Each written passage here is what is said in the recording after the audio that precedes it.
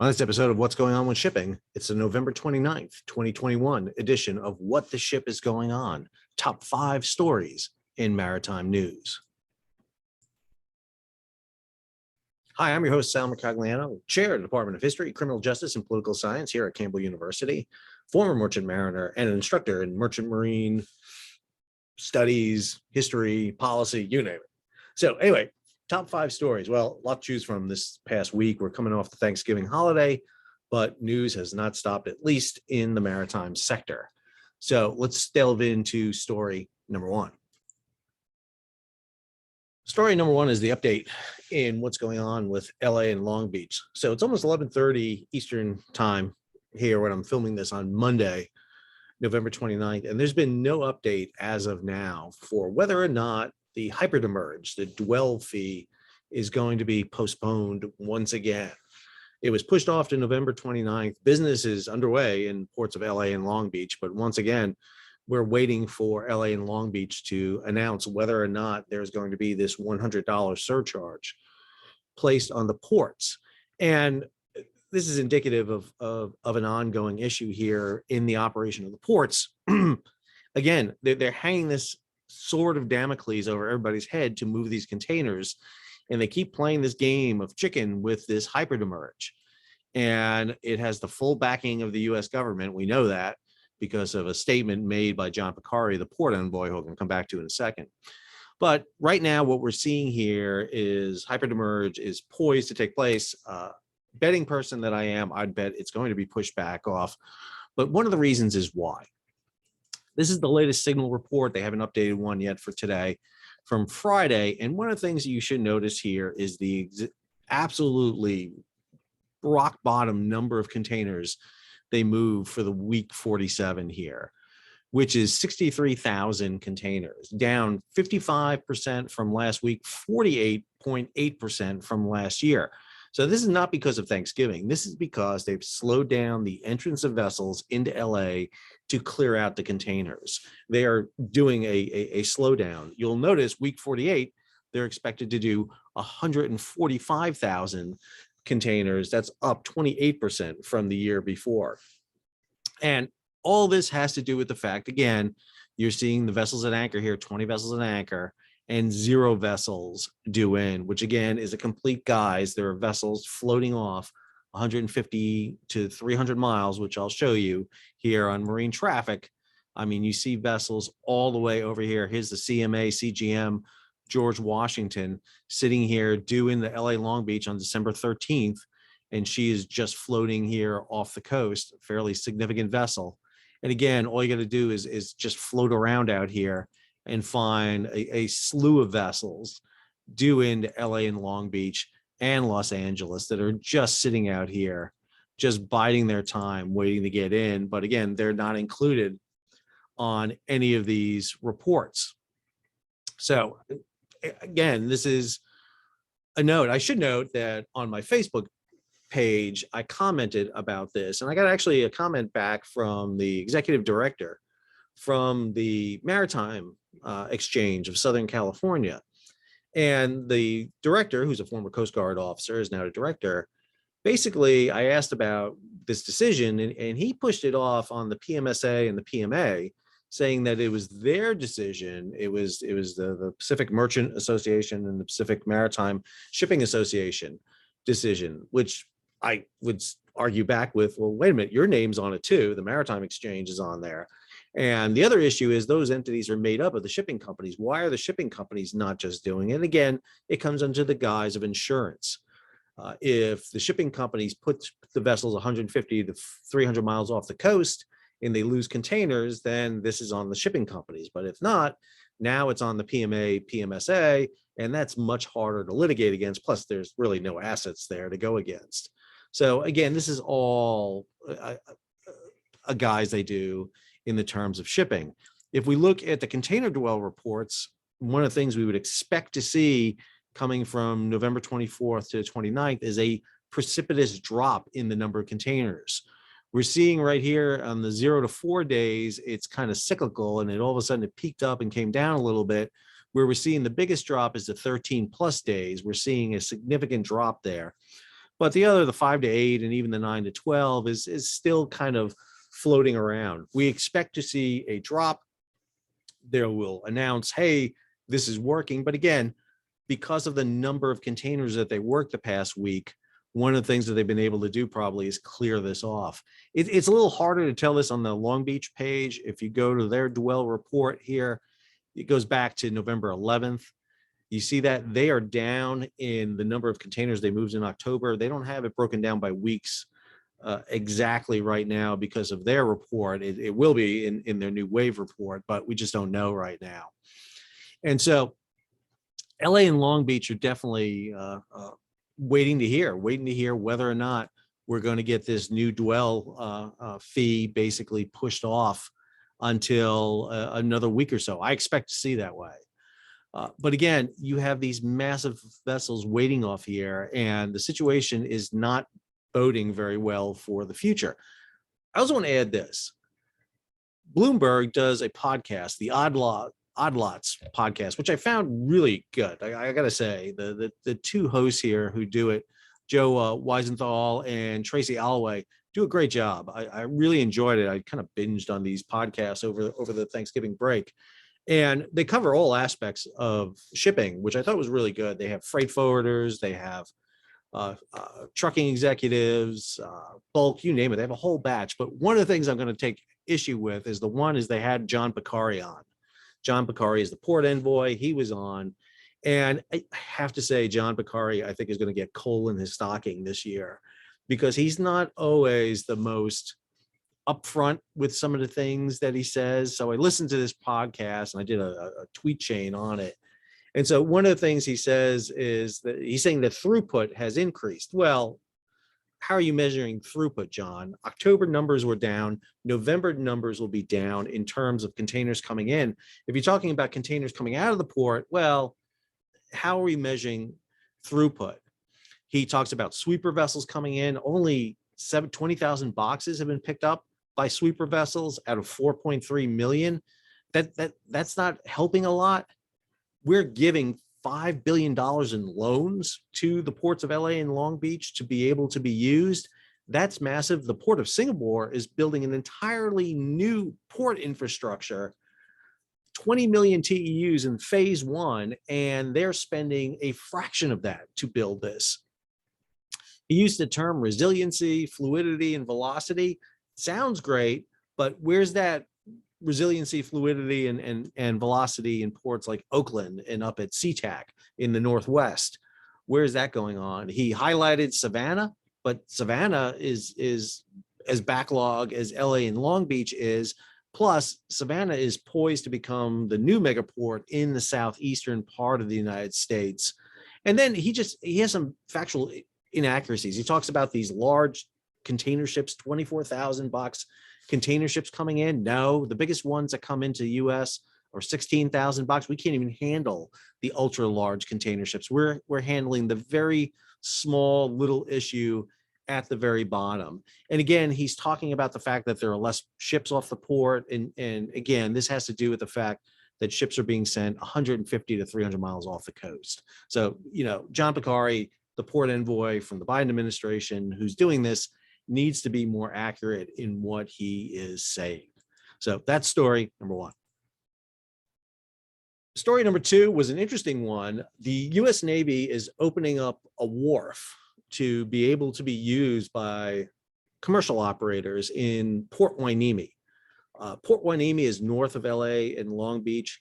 It is a smaller port. It is nowhere near the size of LA and Long Beach. It lacks container cranes. It's basically just an open roadstead, but it can handle medium-sized, self-sustaining container vessels. If you look at this image right here, you'll see Port Hueneme does a lot of roll-on, roll-off cargo right here. You can see this with the car carrier, but it can handle container ships if they have their own cranes. And so the port has opened up wharf number 5 for use through a memorandum of understanding. But more importantly, not only are they providing the use of Port Hueneme, but they're providing the use of some laydown area so that container ships can come in and offload. I got my hands on the joint user agreement, which is between the United States and the Oxnard Harbor District. Well, that's a great sounding name for use. And it basically spells out the area right here. And where I want to go to is actually the port diagram here, which will show you exactly what we're talking about here. Wharf number 5 is right here. It's right where that container ship was tied up. So not only are they going to be able to use wharf number 5 here, but they're going to get all this laydown area here for storing containers. So instead of Amazon, for example, routing a vessel, self-sustaining container ship through the Panama Canal to Houston to offload, now they'll be able to come up to Port Hueneme and offload ships. One of the things that was mentioned, and a few people have talked about this, we saw Ryan Peterson talk about this from Flexport. We saw Ross Kennedy at Man Integrated talk about this. I talked about this in a video I did about using the Ready Reserve Force. One of the things that needs to be done is not just allow these vessels to come in and offload, but we need to get empty containers maybe staged back out by these vessels back across to Asia to free up some of that space. But an interesting agreement being done. Glad it's being done. Wish it had been done sooner, but at least we're seeing some action being done. That's story number 2. So story number 3 deals with the U.S. Merchant Marine Academy, specifically a review that faulted the Merchant Marine Academy for mold, lack of diversity, and an outdated curriculum. This review has been ongoing for quite a while, and the release of the information just came out. Now, I'm an adjunct for the U.S. Merchant Marine Academy. I teach a course every 2 years in a graduate program there on merchant marine policy. So I'm never on campus. It's completely remote. I've been doing it since 2008. So yeah, I'm an adjunct for the Merchant Marine Academy, but let me be clear. A lot of this that came out needs to come out. And a lot of questions about the future of the Merchant Marine Academy are being articulated. This story is by Ian Duncan. And Ian wrote this for the Washington Post, and it is based on a series of reports. I will, of course, include these in the show notes, but this is from the National Academy of Public Administration, a comprehensive assessment of the U.S. Merchant Marine Academy. And what they included was a full report, which is pretty extensive. You'll see it right here, 274 pages. It goes on quite a bit here, and you just look at the table of contents, excuse me, and it deals with everything with infrastructure. It deals with institutional culture. It deals with SASH, sexual assault and sexual harassment, something I talked about in an earlier video, and it talks about stakeholders and their role. It talks about institutional level management and the external oversight and support, along with how to transform the Merchant Marine Academy into a more modern, performance and strategy-driven institute. And for that, they include a white paper that basically details this out in how to achieve this with immediate, short-term, and medium to long-term goals to do. Let me be clear. I'm not a graduate of the U.S. Merchant Marine Academy. I went to school across the river at the New York State Merchant Marine Academy, basically SUNY Maritime, State University of New York Maritime College.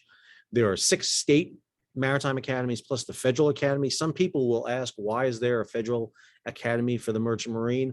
And I will always argue that we need a Merchant Marine in time of national defense. It was created in 1943, the U.S. Merchant Marine Academy. It has been in existence since then. It is the only of the academies, the federal academies, that's had midshipmen or cadets die in the line of duty during wartime. And that is significant because Merchant Marine cadets sail on vessels during time of war.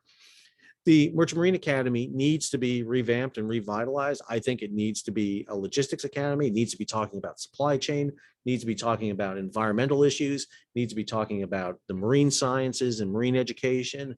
It needs to become more than what it is.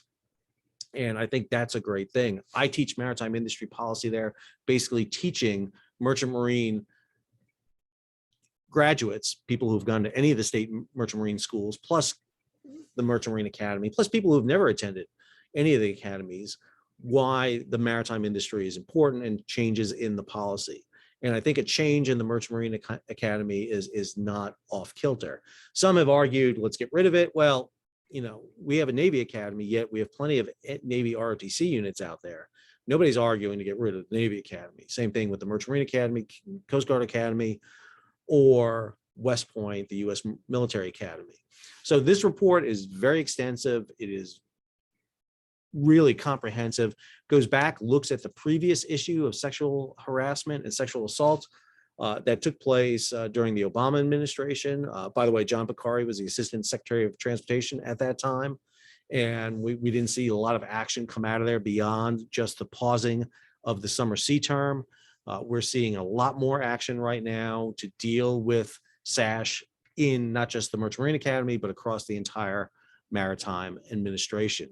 So again, with all the visibility of supply chain in the maritime sector, it is perhaps a good coincidence that this is all hitting at the same time to see reform take place at the U.S. Merchant Marine Academy, something that I think needs to be done. Really interested to see who they put together to oversee this. One of the problems they have is there's a lot of oversight of the Merchant Marine Academy, but the question is, what direction do they take from which oversight committee? That was story number 3. Story number 4 deals with a vessel, the Yara Birkeland. And this is an innovative vessel. One of the things that the maritime industry has always been on the forefront of is technology changes. And Yara Birkeland is one of those vessels. The world's first autonomous and emissions-free container ship. So this is from a Norwegian firm. Fertilizer producer Yara has debuted its vessel, the first electric and autonomous container ship for emission-free shipping. The ship departed for its maiden voyage Friday in the Oslo Fjord.